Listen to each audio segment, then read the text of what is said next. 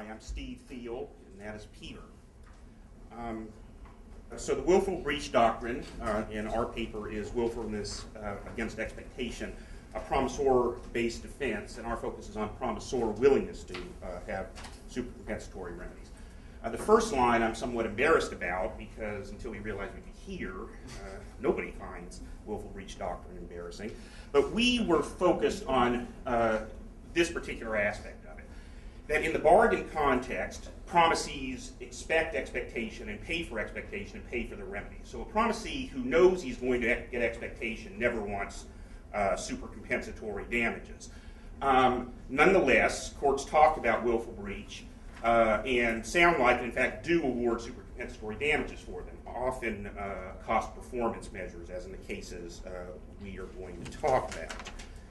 So our thesis is that supercompensatory remedies in cases of willful breach, defined later, can be justified as a tool to allow promisors to bind themselves to perform. In other words, while promisees do not prefer supercompensatory remedies, promisors do.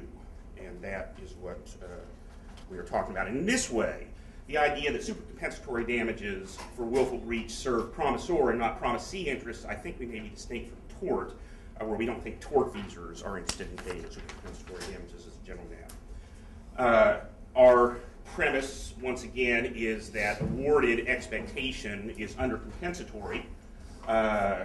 Promisees don't recover uncertain damages, and that may include idiosyncratic damages in cases like PV House, we'll talk about before, where the value of improving the farm is very low, but the market value, but the value to the farmer is quite high. Don't receive consequential damages that they haven't disclosed, and they may have reasons not to want to disclose them and won't be receiving those, and also have to bear the cost of litigation. So in a standard bargain contract, the promisee does not expect to be compensated even if he proves breach. In the face of that there's undercompensation, promisors are injured. Promisors who can credibly commit to perform, can credibly commit to give the promisee her expectation, will get more by making that kind of commitment. Now, how much of a commitment they make depends on how much it costs to make that commitment. Presumably, more of a commitment to perform if the cost of performance is low. We conclude, and I think we're right about this, that a promisor will always want to commit credibly not to avoid a breach, not to breach, if he can avoid that breach at no cost. What that leads to is promisors prefer that promisees will receive supercompensatory remedies for breaches that the promisor can avoid at no cost. We think that willful breach doctrine and the discussion in the courts, the doctrine and dicta, screen for those breaches, and particularly screen for breaches that produce no net benefit to the parties and can be avoided at no cost, or perhaps can be avoided at no net cost to the parties, in the sense that they can be avoided with efficient precautions.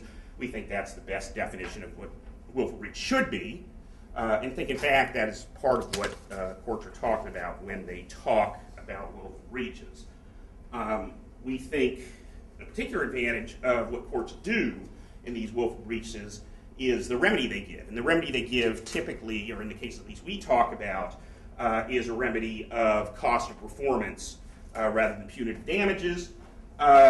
Those damages are not punitive to the promisor. The promisor simply has to give back what he saved. It's a sort of promisor expectation measure. He disgorges his profits from the breach, and in fact, it's not about compensating the promisee at all. We'd be happy to give these damages to somebody else. And in fact, if this system works, we won't have these breaches.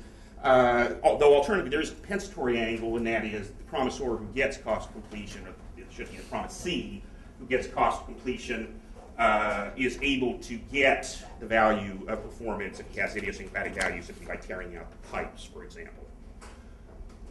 We illustrate that with two sets of cases. The middleman cases, which we wanted to call the middle person cases, but somebody else called the middleman cases, and the cost of correction cases that apparently everybody else thought we should talk about here. We're talking about PV House. and Jacob the Youngs. The middleman cases are infrequent, but in all the case books.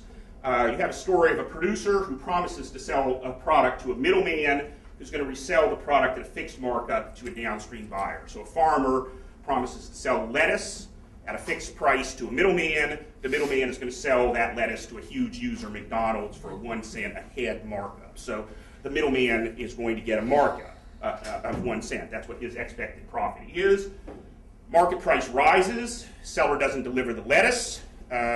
Middleman sues and seeks contract price, market price under the UCC, but also under common law. He says, you agreed to sell it to me for 10 cents a head. It's now 15 cents a head. Give me 5 cents a head.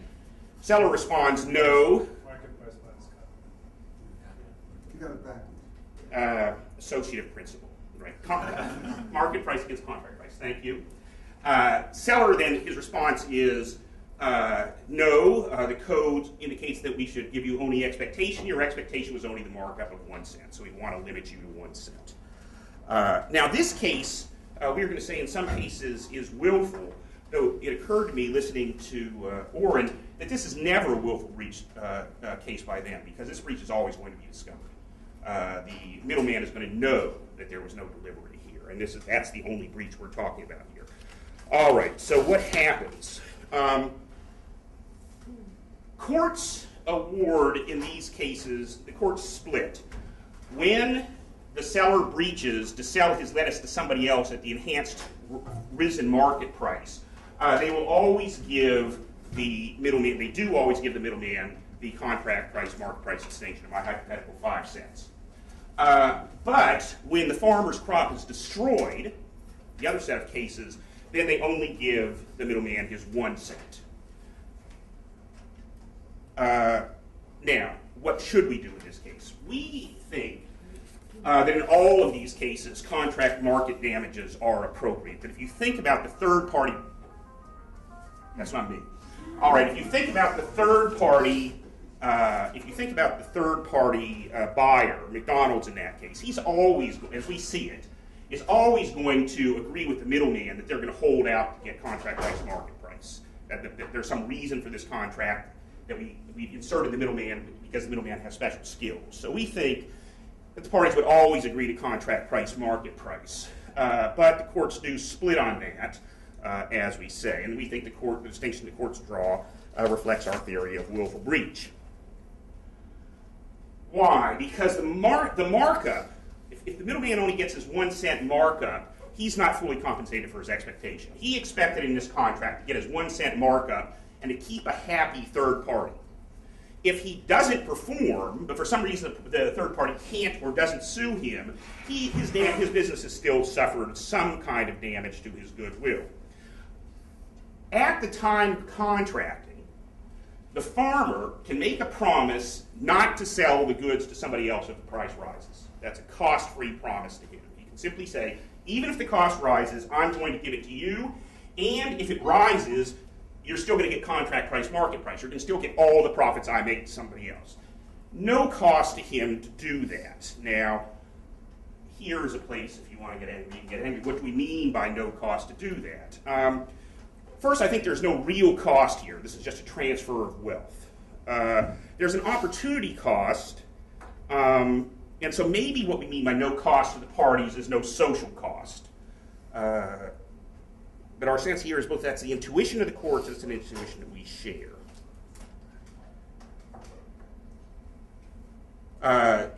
Also, the promisor seller has no particular incentive to want to hold out and say, if I sell to a third person, I get to keep the markup. Because there's never a credible commitment to that in these cases. The middleman can always force the promisor to disgorge the markup, the difference between contract price and market price, simply by covering. If he goes out into the market and buys someplace else and delivers it to McDonald's, he's got cover, he's entitled to contract price, market price, and there's no argument that he's going to be limited to the markup. So we see this as a situation in which promisor can promise in advance not to do this and not have to expend any remedies. Since he can, and that makes the promise more valuable to the promisee, the middleman, who knows he's going to get performance and not going to lose this goodwill, in a situation in which the promisor farmer can make a promise that enhances the value of the promise to the middleman at no cost to the promisor or farmer, he is always going to do this. So this is a commitment that the promisor wants to make up front.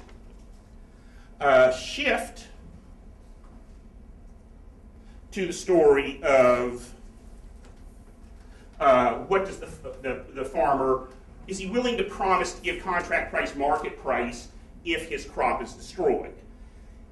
To make that commitment, he has to make a substantial expense. He either has to somehow hedge the risk of his farm being destroyed, or he has to take additional precautions to make sure that his farm is not destroyed. So to make a promise to pay contract price, market price, if his farm is destroyed or his crop is destroyed, he has to incur expense. Now, perhaps the middleman will want to have him incur that expense. Perhaps he will not. But it's not transparent, or it's not always going to be the case that he is. So it is appropriate in this case that we can't be so confident that the parties would agree in advance that the middleman is going to be entitled to contract price, market price, in the event of what I think other people have called inadvertent breach. And we think that is an intuition that students always seem to have, and it does match what the courts do. Next, the cost of correction cases that we've all been talking about. Cases in which promisors do less than they promise, but they claim that perfect performance would not justify the cost. This is the Peavy House case, and it's also Jacob and Young's. Is that a willful breach by us?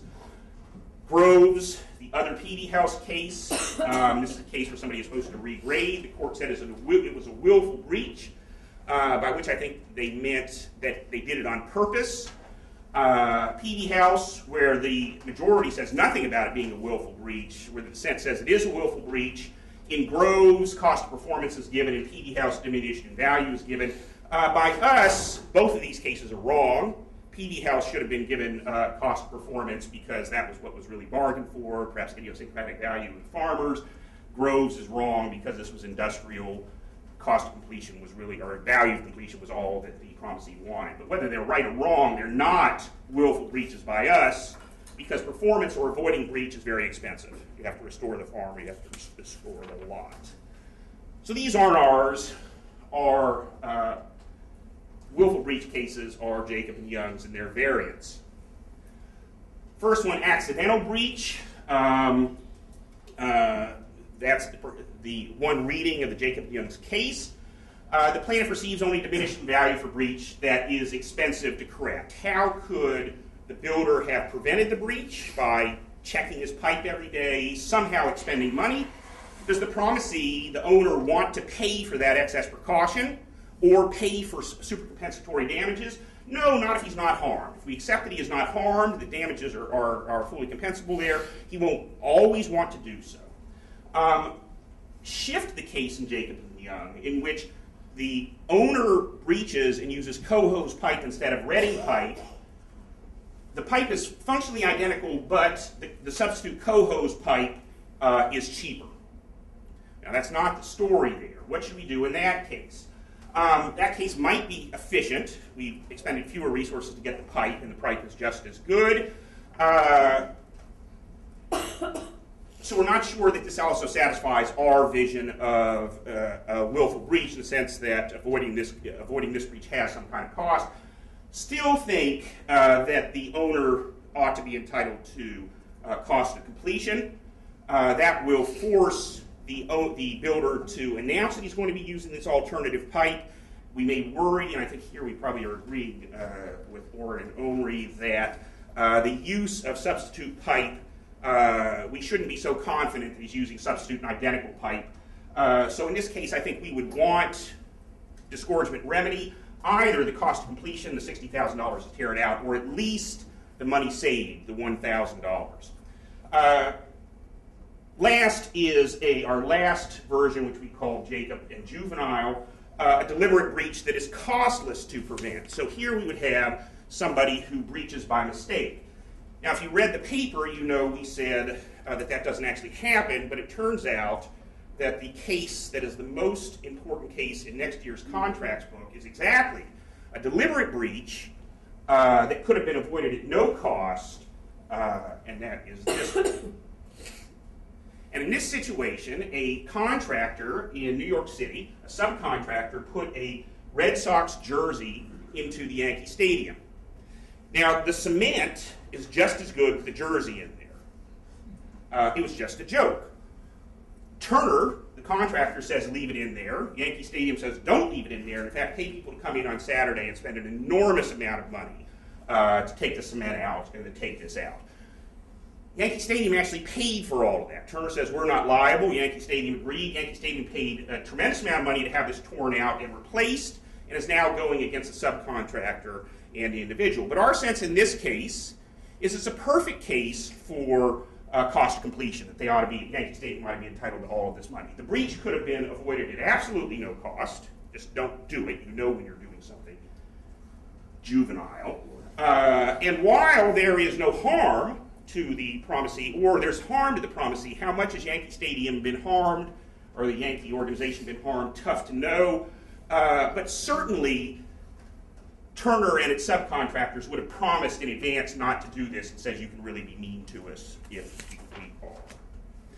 Now, a couple of other things about this. I think I missed a slide. One is the damage idea here. And as we said before, we think our damage idea here, that an advantage of the damages of the cost of performance that are being awarded in these, or the contract price, market price, is simply to deprive the promisor, the breaching promisor, of his profits from breach. It's not to punish him. He's in a position he would have been in had he simply performed. Now, Judge Posner, in his paper for this program, so yes, I think that if we're concerned that compensatory damages, or the damages are not fully compensatory, fix that problem, raise compensatory damages. We're not sure we always want to, and I think particularly in the Hadley against Baxendale case. Suppose in Jacobs Young's against Kent, the owner is related to Reading Pipe, and he wants to use Reading Pipe because this has family value to him. That has, and in fact, he'll tear down the whole house. We don't want to hold the contractor, the builder, responsible for that unless he's been informed in advance. It's sort of a consequential damage rule. Now, our system doesn't undermine the owner's incentive to disclose that he has this special value here, because he's only going to get cost of completion or supercompensatory damages if there's a willful breach on the part of the promisor, and he can't control that or predict that. So this system allows us to keep the advantages of subcompensatory contract companies, particularly mitigation or the Hadley against Baxendale rule, but also allow for more credible commitments than we think people want. And that takes me to the end. Question? Back to the distinction that you make between a willful breach and the saying that the seller breaches sell to third party. The middleman has no. Yes. And then you say that there is reputational losses, and that would be a reason to award the damages, even though the middleman, excluding the reputation, suffered no losses. Right? Correct. Now, and you distinguish it from the case of the destruction of property. Right. And this is something which is puzzling for me. Well, first of all, I'm not sure that the reputational losses should necessarily be different between a case in which the middleman cannot provide the property because it was destroyed or because it was not delivered by... And I agree. I agree that in both cases, ordinary damages are going to be subcompensatory. Okay, so the point is that even if the middleman, excluding reputation, right? If the middleman suffered no losses, right? I mean, because he has an exemption vis-a-vis the buyer, ultimate purchaser, right? So still, if we want, he would have a good reason to provide incentives, ex-ante incentives, to the seller to take some precautionary measures that the property would not be destroyed. Yes. So therefore, there should be damages. Yes, I agree. I agree that, in fact, in both cases, contract price, market price is the appropriate remedy. I think it's the appropriate remedy because the buyer, the middleman, may want to encourage incentives, Right. but those incentives are going to be costly. He may not want them as much. But most of all, I think that the third-party buyer is the buyer and the middleman and the ultimate buyer are never going to want to allow the seller to get out of it. Okay, I see. Okay, that's one point. So I thought that it's kind of a normative argument that you make. Maybe it's more about distinction between cases. Yes, it is. Okay. Now, but one more thing that I really wasn't sure that I understood is the following, right? I mean, if I'm the middleman and I enter into a contract with the buyer, I get some benefit if I can say to the buyer, you know, with my contract with the seller is a contract in which the seller has efficient incentives, Right.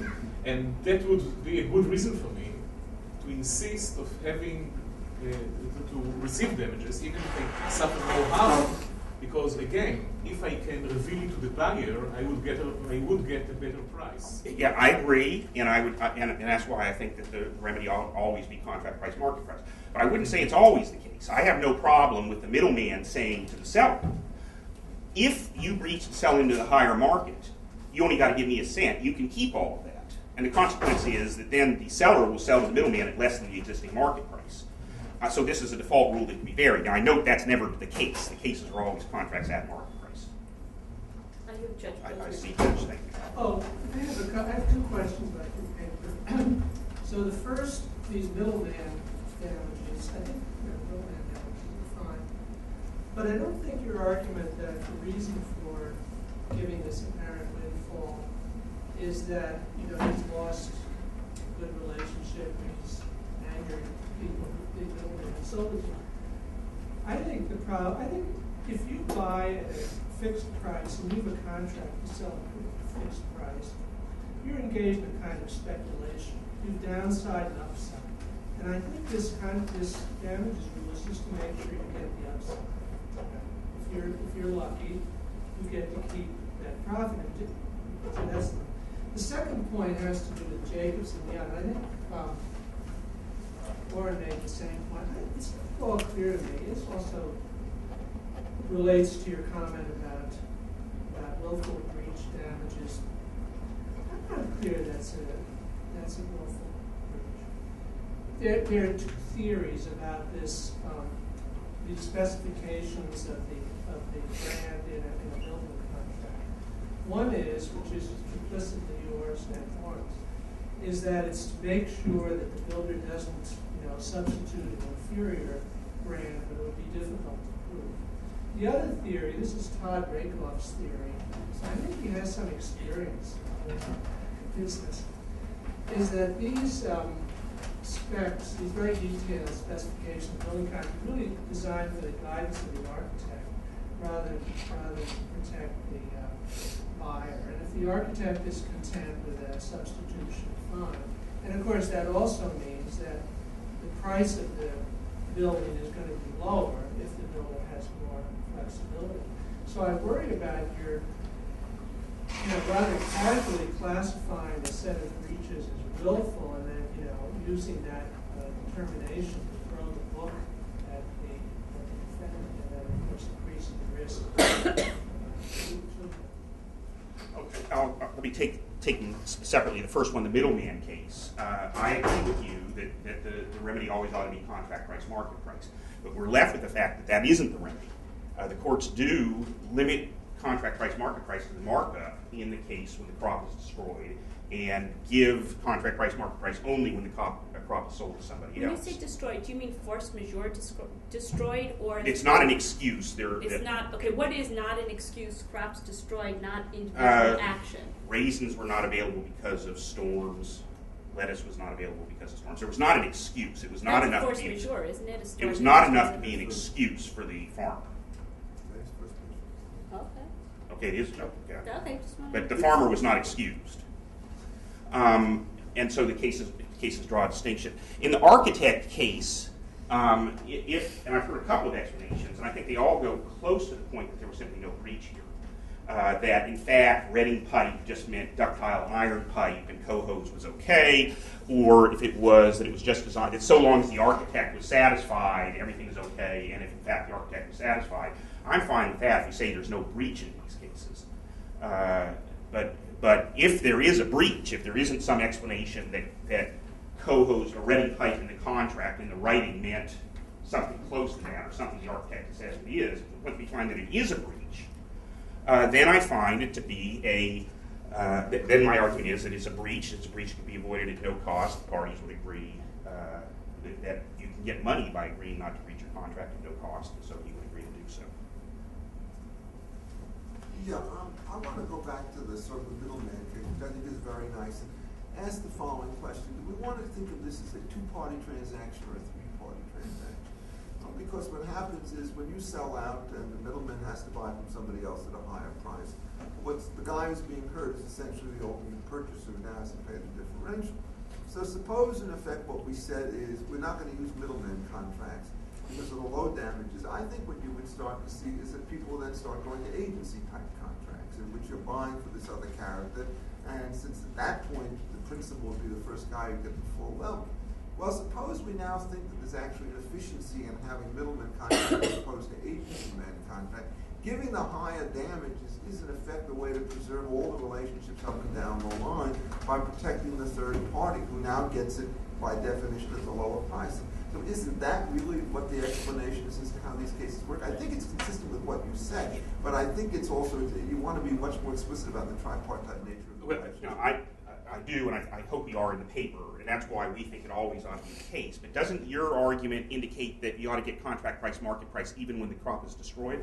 Well, actually, that's the interesting question about it, because under some of those cases, you might want to say that the willful breach and the excuse breach do make a difference, and with respect to the willful breach, where the ability to transform positions is sufficiently great, you want to put very heavy stuff on.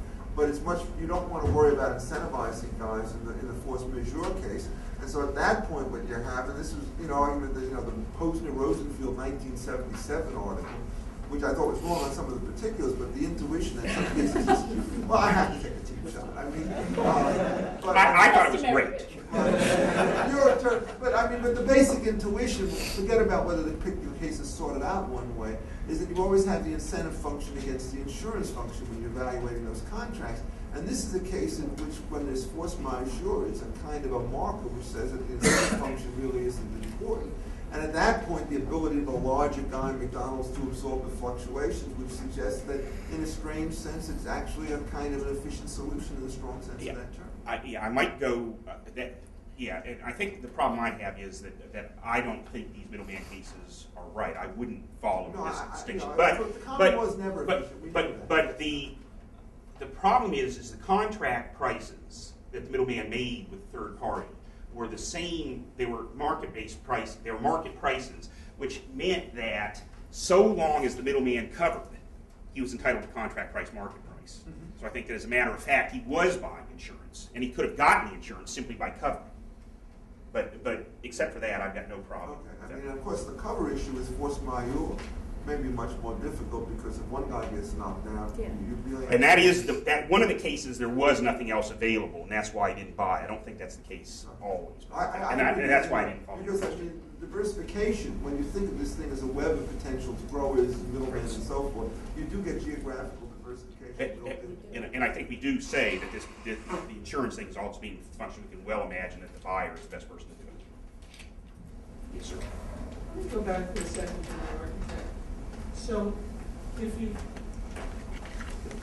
treat it as a breach, I mean, suppose that it's a breach because it was written into the contract and was primarily intended to. If you treat it as a breach, you're going to give the owner. You're going to give him restitution. I mean, you treat it as a willful breach. You're going to give him restitution. In other words, you're going to give him the cost saving of the bill. Okay. I have not been calling that. I call that disgorgement, not restitution. But yeah, that's what I'm giving. Okay, that's of course that's not a standard. That's not the standard remedy. The standard remedy would be the loss of value. Yes, sir. To the owner. I would be much more comfortable treating it as, ordinary breach, where yes, if there's a value diminution for the owner, he gets that. But I don't think if the builder can break the contract by substituting some brand, which is just as good, he saves money. Then I think if you want to call it a breach, it should be a breach with zero damages, because that's the optimal solution. The costs of builders will be lower, and the purchasers won't be harmed. Except that the owner knows that he may be subject to breaches that won't be discovered. That this pipe might not actually, that they use co-hose pipe, and they use a more poorer quality pipe, but he never learns about it. Well, that's serious. Pardon me? It's possible. Is that the kind of problem? That's not this that case. justifies, concept of willful? Well, it's a concept that justifies supercompensatory remedies. Doesn't it, Bill? Because Well, that's what other people say. because you have to worry about problems of proof, this, and that. Steve, do you say Jacob and Young's was a willful breach? No, our story on Jacob and Young's is that it is not a willful Or breach. better, a willful breach that's justified by the fungibility. Yeah, by which our version of willful breach is breach that can be avoided at no cost, and that breach couldn't be avoided at no cost. That may be part of what you're saying, because you'd have to be more careful about it. And why be more careful? We still think it's good. You can make the argument that you ought to have supercompensatory breach. That is not, in fact, our willful breach. Well, why do you say avoided at no cost? Why not avoid at a level of precaution? Reasonable cost level. justified? We would. No cost is easy for us, and I think that and how far do we push this? We push it as far as you just said. I had that written down to say.